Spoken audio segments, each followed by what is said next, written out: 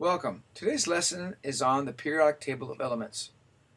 I'd like to give you a brief overview of how all these elements are organized. If you'll notice at the very top of the periodic table we have some numbers from 1 to 18, and these are called groups.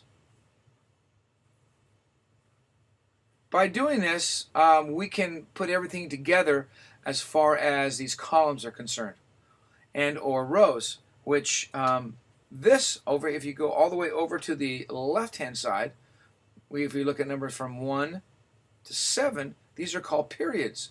So we can obviously organize them according to these rows. So we have rows and columns. The rows are called periods and the columns are called groups. Let's take a look at group number 1.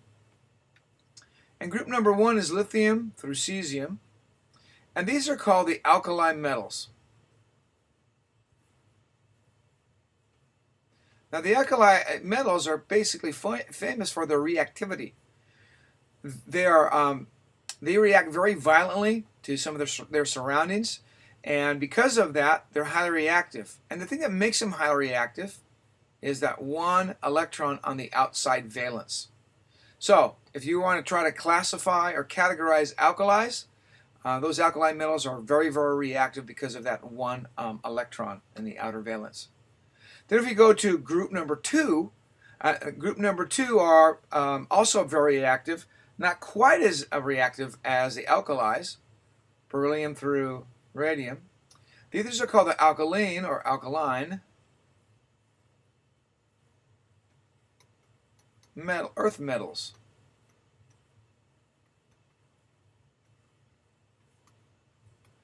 And these alkaline earth metals, they have basically 2 electrons in their outer valence. That also makes them reactive. They actually like to react with oxygen and make oxides. So that's one of their things. It's calcium and beryllium and magnesium and strontium, and just to name a few. Those are the ones that tend to react with oxygen like the others, but they're not quite as reactive as our their alkali cousins. Now if we go over here to group number 18, and you'll notice on this group, basically from neon, let's try that again, from neon to radon, these are highly stable gases. So we went from metals as you traveled all the way across to our gases, and they're called noble gas. And the thing that categorizes these particular elements is that they're very, very stable. In the outer orbits, their orbits are full of electrons. They're perfectly happy where they are. They don't necessarily want to share or get any more electrons, so they're extremely stable that way. And because of the stability, we're able to shoot essentially electrons or photons and capture them in a pressurized tube. And of course they obviously glow, phosphoresce, and you see like neon lights and those kind of things. So they're very, very stable that way, and of course they produce an amazing amount of light for that. So those are called the noble gases, and they're noted for their stability. Now kind of on this opposite end in our group 17 or column 17 that we have over here, these are going to the fluorines to the iodines, and these particular gases are very, very corrosive. Like the chlorine molecule or gas is extremely corrosive, and you have to kind of protect it. Those of you, like for instance, have done any kind of pool work know that the chlorine, when you put in the water, is extremely toxic, and you have to be very careful with it as you use it. And one of the reasons is because it is also reactive. It has 7 electrons in the outer valence, and these are called the halogens.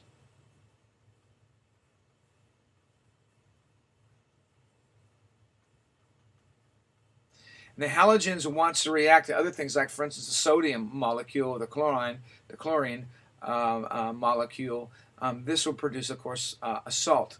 So these particular gases called the halogens have that 7 electrons on the outer valence, and they want to obviously react. Now then we get to the transition metals, and these transition metals are located kind of in the center of the table. It's a large group, and these are the true metals. And these particular metals are very, very good conductors of electricity as well as heat. And these particular ones are called transition metals. I'll just circle it right here in the middle. And some ones to note are things like copper, silver, and gold. You notice as you travel across and of course down, these also will tell you how conductive they are. They're very good conductors. Gold, silver, and copper have very, very similar qualities about them because of their structure. And all of those metals in there, like I said before, tend to be very good conductors of electricity and heat. The next gases after the transition gases are kind of a special name for them, and that's the Schnapps group, CHNOP and S. And I'll just circle these in red.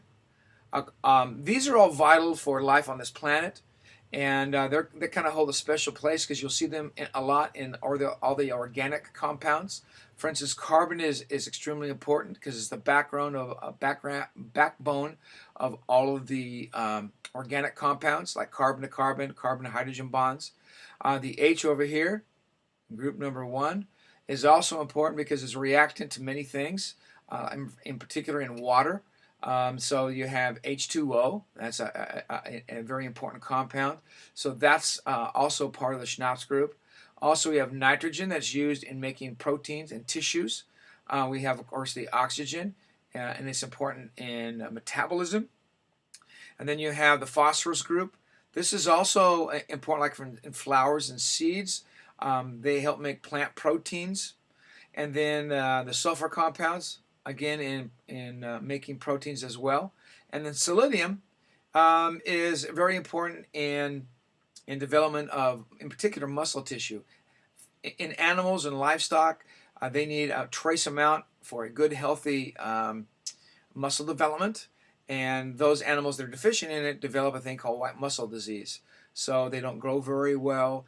They have problems with their respiration. So that's why selenium is so important. So that's the Schnapps group. Then we get to the poor metals. On the poor metals, they are located right over here. And let me see here. We got right down to here.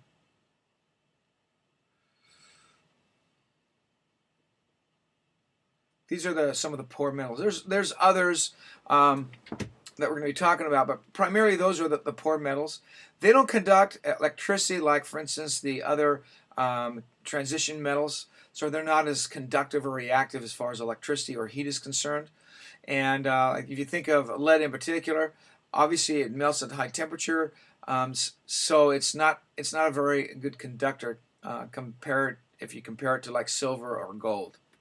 So those are the poor metals. And again, I'm going to circle it right here in the center. That's poor metals. And then we have another group called the metalloids. Write that down up here, metalloids.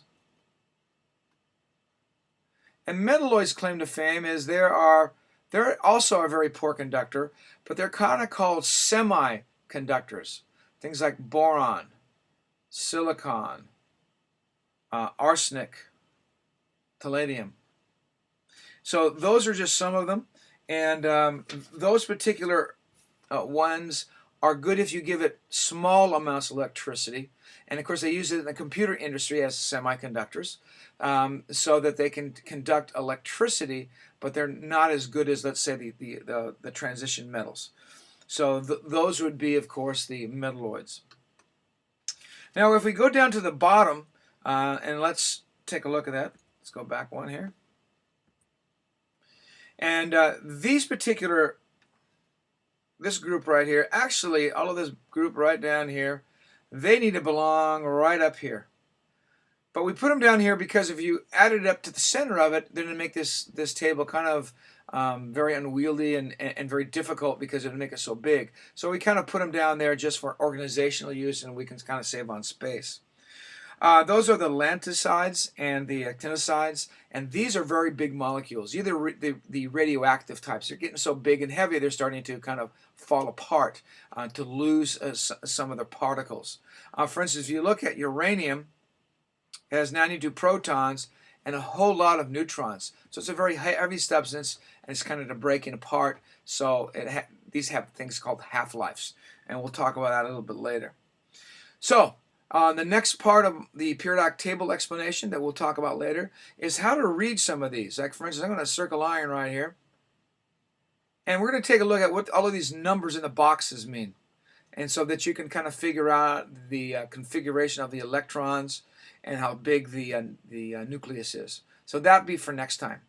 So thanks again for listening. I hope this helped. Thanks.